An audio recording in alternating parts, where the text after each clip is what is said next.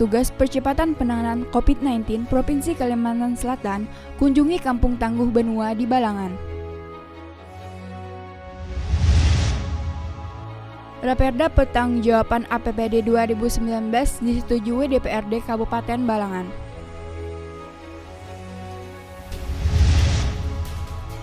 Puskesmas Paringin gelar sosialisasi pencegahan COVID-19. Bupati instruksikan PDM Balangan bentuk BOMD. Pemkab Balangan pantau harga bopokting jelang Idul Adha. Assalamualaikum warahmatullahi wabarakatuh. Salam jumpa permisa. Cuplikan tadi adalah rangkuman momen-momen yang berhasil direkam oleh tim Media Center Pemerintah Kabupaten Balangan selama sepekan terakhir. Bersama saya, Aida Ain Islami. Berikut penerbangan selengkapnya.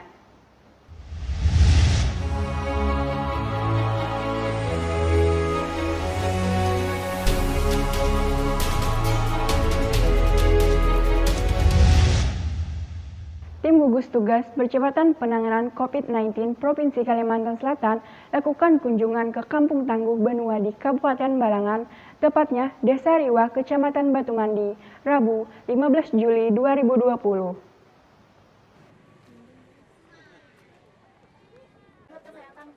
Tim gugus tugas percepatan penanganan COVID-19 Provinsi Kalimantan Selatan lakukan kunjungan ke Kampung Tangguh Benua di Kabupaten Balangan, tepatnya di Desa Riwa, Kecamatan Batu Mandi, Rabu 15 Juli 2020.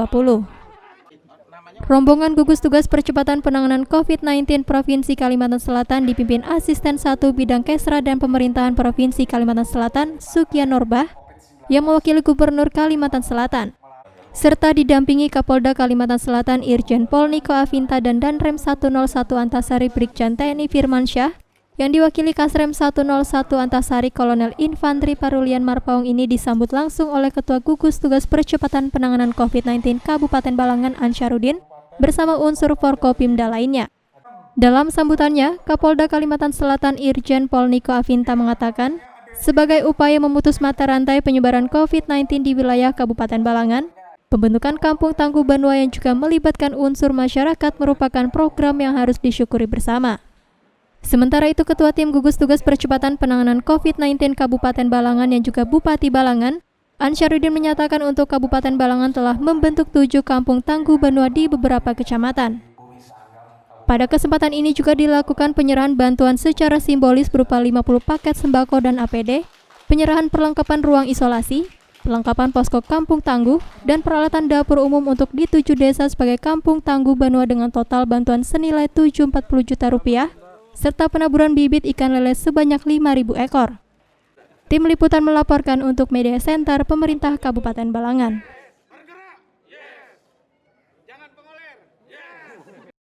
DPRD Kabupaten Balangan setujui Raperda Pertanggungjawaban APBD 2019. Hal ini terungkap saat rapat paripurna di gedung DPRD Kabupaten Balangan, Senin 20 Juli 2020.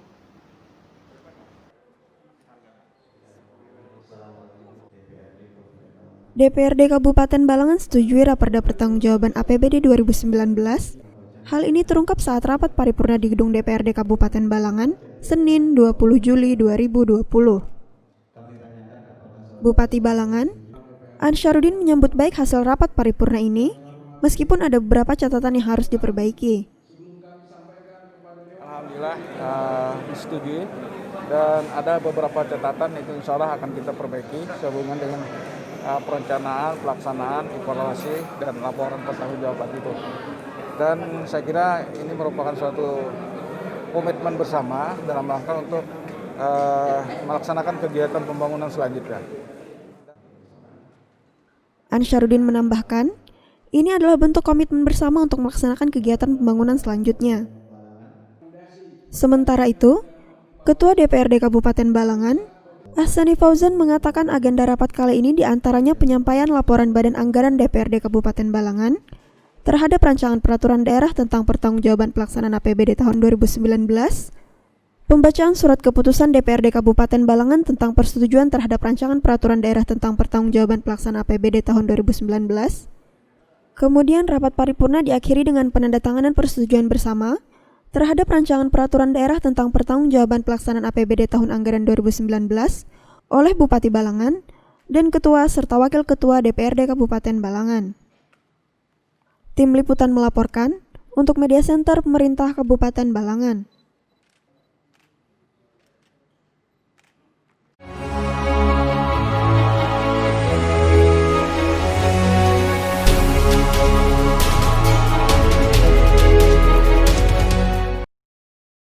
Puskesmas Paringin adakan kegiatan sosialisasi bertema Lokakarya Mini Lintas Sektor di Aula Kantor Kecamatan Paringin, Jumat 10 Juli 2020.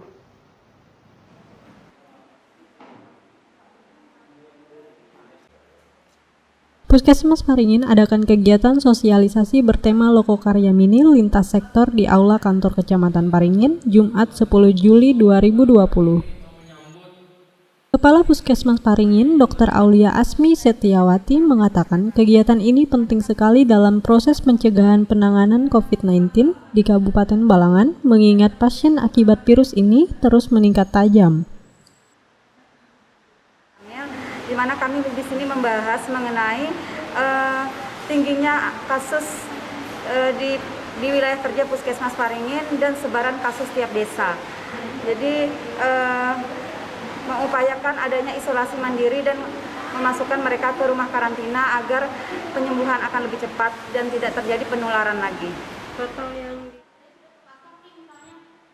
Dr. Aulia menambahkan adanya jumlah kasus 51 orang di wilayah kerja Puskesmas Paringin dan sebaran kasus tiap desa. Pihaknya mengupayakan adanya isolasi mandiri dan memasukkan mereka di rumah karantina agar penyembuhan dapat lebih cepat dan penyebaran tidak terjadi lagi. Sementara itu, Hadi Suwito selaku Camat Paringin mengatakan pihaknya sangat khawatir melihat kondisi masyarakat yang kurang sadar memakai masker, hidup sehat, dan membersihkan tangan pakai sabun.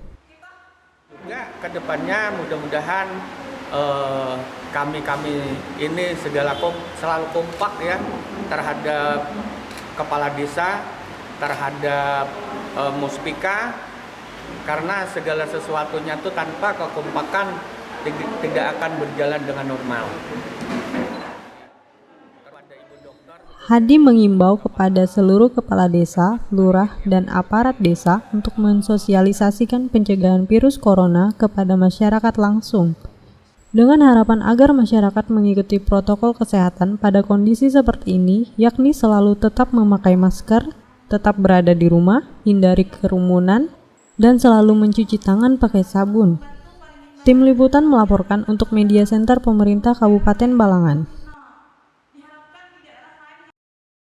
Bupati Balangan Ansarudin instruksikan PDAM Balangan untuk membentuk BUMD. Hal ini terungkap saat rapat umum pemegang saham PDAM Balangan di ruang rapat Bupati, Kamis 16 Juli 2020. Bupati Balangan Ansarudin instruksikan PDAM Balangan untuk membentuk Perusda.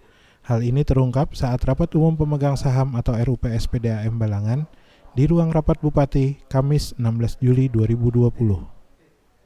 Hal ini sesuai dengan PP nomor 54 tahun 2017 tentang Badan Usaha Milik Daerah, di mana PDAM adalah salah satu badan usaha yang diwajibkan untuk berubah status menjadi BUMD. Selain itu, rapat umum pemegang saham ini juga beragendakan penyampaian ikhtisar kinerja keuangan, ikhtisar kinerja operasional, serta program dan kegiatan tahun 2019. Direktur PDAM Balangan Suryadi mengatakan, selama tahun 2019 tidak terlalu mendapat keluhan pelanggan, baik karena air macet atau air tidak sampai ke rumah pelanggan. Dengan terbitnya PP 54 tahun 2017 mewajibkan PDAM seluruh Indonesia berubah status dari perusahaan daerah menjadi BUMD yang memilih antara PT dan Persero. Selanjutnya Suryadi juga menyampaikan, apabila ada permasalahan kebocoran air, maka kebocoran akan segera diperbaiki, baik di jam operasional maupun di luar jam kerja. Terakhir, Suryadi berharap semoga PDAM Balangan semakin maju dan terus memberikan yang terbaik bagi masyarakat, khususnya di Kabupaten Balangan. Tim Liputan melaporkan untuk Media Center Pemerintah Kabupaten Balangan.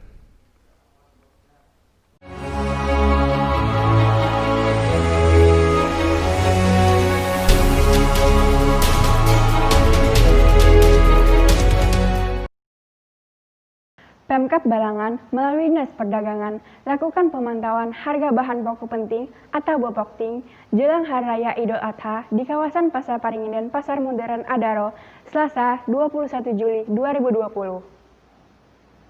Berita tersebut sekaligus menutup perjumpaan kita di Batarbangan edisi kali ini.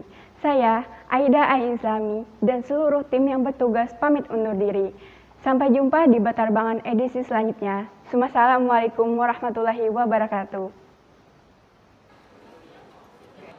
Pemerintah Kabupaten Balangan melalui Dinas Perdagangan lakukan pemantauan harga bahan pokok penting atau Bapokting jelang Hari Raya Idul Adha di kawasan Pasar Paringin dan Pasar Modern Adaro, Selasa 21 Juli 2020.